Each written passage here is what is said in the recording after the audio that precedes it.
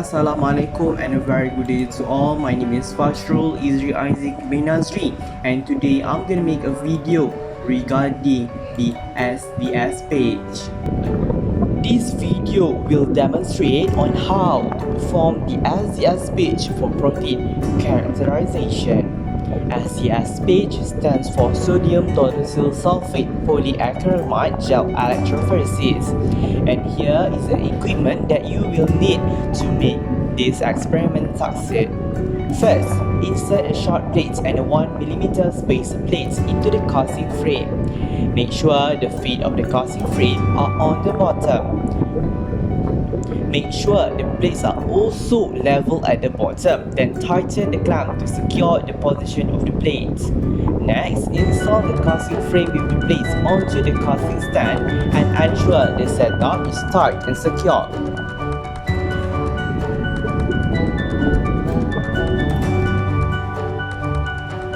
Check the seal of the setup by pipetting DD water halfway up the plates.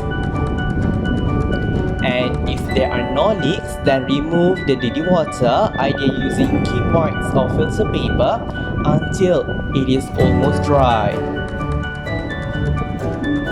When the gel casting stand is set up, prepare the 12% resolving gel solution in the 50ml vacuum tube. Mix 3.3ml of DD water and 4.0ml of 30% acrylamide solution. Note that liquid acrylamide is neurotoxic and should be handled with caution. Next, add 2.5ml of lower stock and 100 microliters of 10% SDS together. Right before you are ready to pour the gel, add 10 microliters of 10% APS and 4 microliters of cement. Please note that cement has to be added in the fume hood due to its strong cut order. Cement catalyzes the polymerization of acrylamides. If cement is added way too early, the gel will set before it is ready to be pipetted in between the plates. Remember to mix gently, then immediately pipette the resolving gel solution in between the plates with a glass pipette until the resolving gel reaches just above the green line or approximately 1 cm from the top of the short plate. Please monitor to make sure there is no leak at the bottom of the plate. Pipette 200 microliters of isopropanol on the resolving gel.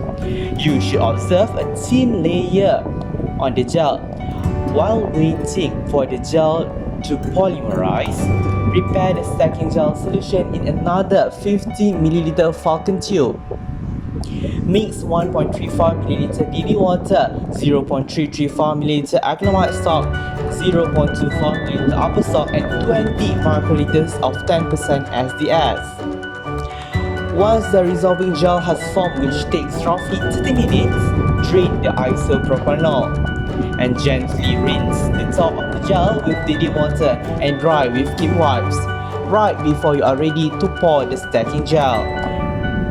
Add 20 microliters of 10% APS and 2.0 microliters of cement into the stacking gel solution and mix it well. Immediately pipette about 1 ml of the stacking gel solution on top of the resolving gel in between the plates. Fill to the top, then insert the comb into the solution. Wait for the gel to polymerize. And after the gel is formed, unclip the casting frame with the gels from the casting stand. Then carefully remove the glass plates from the casting frame. Wrap the plates carefully in wet paper towel and saran wrap. Then store in the cold room until next week. To prepare samples for SDS page, label the microfiche tubes corresponding to your samples. Pipette 40 microliters of the fish extract into the microfiche tube and add 40 microliters of sample buffer in the tubes at 100 degrees Celsius for 3 minutes, then pulse centrifuge for 5 seconds. Remove the gel from the saran wrap and paper towel and tightly secure the gel with the short plate facing inwards onto the running module. Each running module can hold 2 gels. If only one gel is being run, you will need to use the buffer dam in place of the second gel. Do not directly label your plates with tape because this will prevent the gel from running properly. Instead, plates can be directly labeled with a permanent marker. Each tank can accommodate 2 running modules, which will be 4 gels altogether. Insert the running module into the tank. Make sure the module properly inserts into the slots in the tank. At this point, check to see if the lid fits appropriately. Pour the tank times diluted running buffer solution into the running module between the 2 plates until wells on the 2 plates are fully submerged. Check to make sure the running modules are leaking any buffer solution into the tank. The tank only need to be filled halfway with the buffer solution if running 2 gels. Now we are ready to load the samples. Remove the comb so you can see each well clearly. You can install the loading guide on the gel to make it easier to load the samples properly into each lane. Carefully load 10 microliters of sample solution into each well, then pipette tip should be inserted into the well in between the plates, deep enough to prevent overflow of the sample to the neighboring lanes. Slowly release the sample solution into the lane. When complete, remove the pipette tip, change the tip, then load another sample.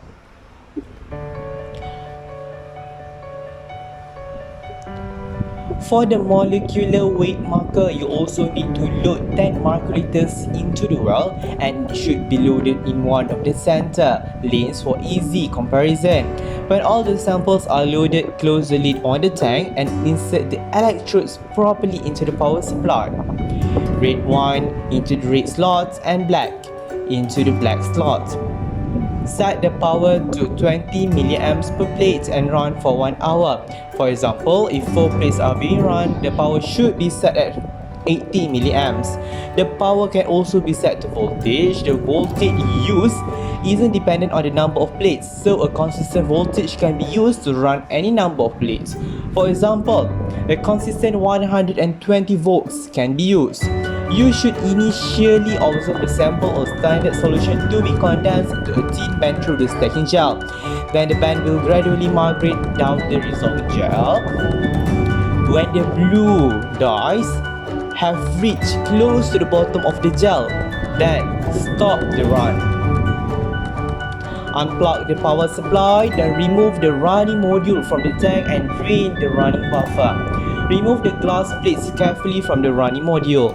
Then carefully use the gel releaser to remove the gel from the glass plates. You can trim off the stacking gel carefully before proceeding. Then pour the Commercy Blue staining solution into the petri dish, submerging the gel fully. Place the square petri dish in a master tray to avoid spillage in the incubator. Then place in a 50 degrees Celsius incubator to stain for 30 minutes. Remove the gel with a tweezer and make sure you can observe clear bands on the gel before discarding the staining solution and replacing it with the destaining solution. When destaining, add a piece of skim white or absorbent paper towel to help absorb the dye. Destain at 50 degrees Celsius for 30 minutes with periodic swirling to facilitate this destaining process. You may also want to change the destaining solution every 15 minutes until the background of the gel is transparent. When the destaining is complete, store the gel in DD water until you can scan and analyze it with the densitometer. Properly dispose of any liquid acrylamide containing solution in the acrylamide waste container. Polymerized gels can be disposed directly in the garbage, while the staining and destaining solution can be disposed into the non-halogenated waste container. Well, that's all from me. Thank you.